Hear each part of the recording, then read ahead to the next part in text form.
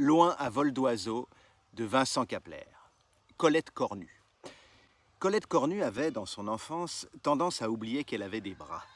On lui avait pourtant expliqué. Sa mère, qui était de bon caractère, prenait cela pour un caprice et avait nourri sa fille avec un couteau et une fourchette pendant de longues années. Colette se promenait avec 2 bâtons pendant le long de son buste. Et si des enfants lui lançaient un ballon, elle le ramassait souvent en plein visage et renvoyait avec les pieds à l'extérieur. Elle ne s'en plaignait pas. Si des petits camarades s'amusaient souvent à lui tendre des croche-pattes, c'était pour la voir tomber lourdement, la tête la première. Colette rentrait fréquemment avec des hématomes sur le visage. Ses parents se décidèrent à aller consulter. Ce n'était pas physique. Ses bras fonctionnaient normalement, le blocage était ailleurs. Un oncle fortuné finança l'opération du cerveau que les médecins recommandaient. Après l'opération, Colette Cornu allait plus souvent qu'à son tour donner du pain aux oiseaux. C'était bon signe d'après les médecins. En tout cas, elle utilisait ses bras et c'était bien là le but de l'opération. Colette se nourrissait à présent seule et cela soulageait sa mère. Elle parlait un peu moins qu'avant. Ses parents se dirent que c'était certainement dû à la découverte de ce nouveau monde tactile et puis petit à petit, Colette ne se mit plus qu'à communiquer par signes. Ils allèrent consulter. Un oncle fortuné finança l'opération du cerveau que les médecins préconisaient. Colette Cornu devint une adolescente parfaite, un être humain totalement synchrone. Colette était devenue une femme et elle aimait donner son avis. Elle s'estimait être de bons conseils et pensait que les gens lui en étaient reconnaissants.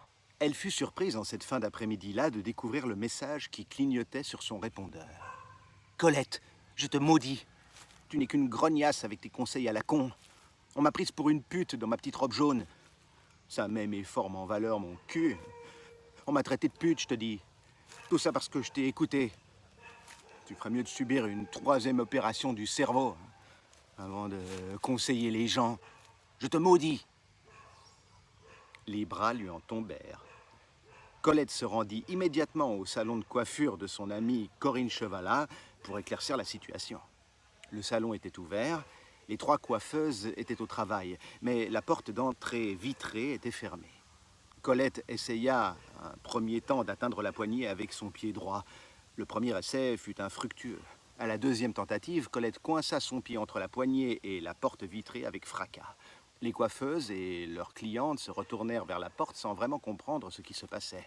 Colette essaya d'amener la porte à elle en se penchant en arrière et en mettant son poids sur sa jambe gauche. La porte s'ouvrit de quelques centimètres avant que Colette ne perde l'équilibre et ne tombe en arrière. Colette ne se désarma pas, releva son buste, prit la position du lotus avant de se glisser sur ses genoux et avança à genoux jusqu'à la porte. Elle prit la poignée dans sa bouche et serra les dents. Elle commençait à ouvrir la porte en émettant des petits sons rageurs lorsque Corinne, dans sa petite robe jaune, ouvrit la porte d'un coup. « Qu'est-ce qui te prend? Tu crois pas que t'en as déjà assez fait? C'est pas la peine de venir faire des grimaces sur mon lieu de travail. T'as décidé de pourrir ma vie jusqu'au bout? Tu veux faire fuir mes clientes maintenant? Ça te suffit pas, hein, qu'on m'insulte. Écoute, Corinne, je ne comprends rien à ton histoire. Elle te va très bien, cette robe. Je te trouve très féminine dedans. Féminine? Pute, oui. Même Coralie trouve que ça fait vulgaire. Elle n'osait pas me le dire avant que cet olibrieux vienne nous insulter. Mais après, elle me l'a dit.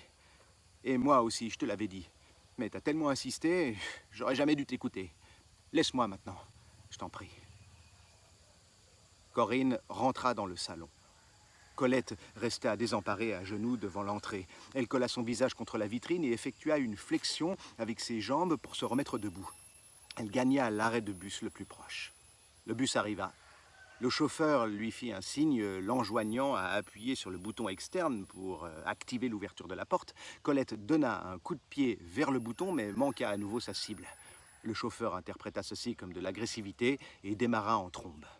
Colette eut envie de pleurer, ce qu'elle fit. Elle eut ensuite envie de se moucher, ce qu'elle ne fit pas. Elle rentra chez elle et eut envie de manger des crackers pour se réconforter. Elle ouvrit le placard à réserve avec ses dents, plongea la tête à l'intérieur et fit tomber le contenu du placard en balançant sa tête de gauche à droite. Le paquet de crackers avait déjà été entamé, si bien qu'ils se répandirent sur le carrelage de la cuisine.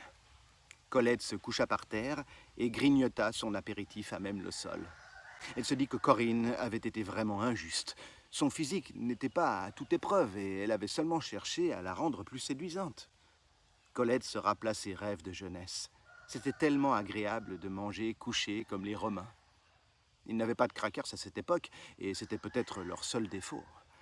Elle se rappelait les repas partagés avec sa mère. Elle aurait voulu que sa mère s'inquiète à nouveau pour sa petite personne. Elle se rappelait aussi les relations privilégiées qu'elle avait eues avec les oiseaux. Colette venait de manger le dernier crackers, mais son envie de petits biscuits salés n'était pas rassasiée. Des miettes jonchaient encore le sol. Elle se rappela le jeu de l'aspirateur de son enfance. Colette se mit sur le côté et commença à aspirer les miettes avec sa bouche en imitant le bruit d'un aspirateur et en glissant en rond sur le sol. Elle avala plusieurs miettes de travers, toussa fortement, puis se mit sur le dos en essayant de reprendre sa respiration. Un gros paquet de poussière s'était mêlé aux miettes. Elle tenta de relever son buste, mais n'y parvint pas. Elle agita ses jambes dans tous les sens et s'étouffa, sans le vouloir, en imitant le son d'un aspirateur dont le sac est plein. Colette cornue avait tendance à oublier qu'elle avait des bras. On lui avait pourtant expliqué.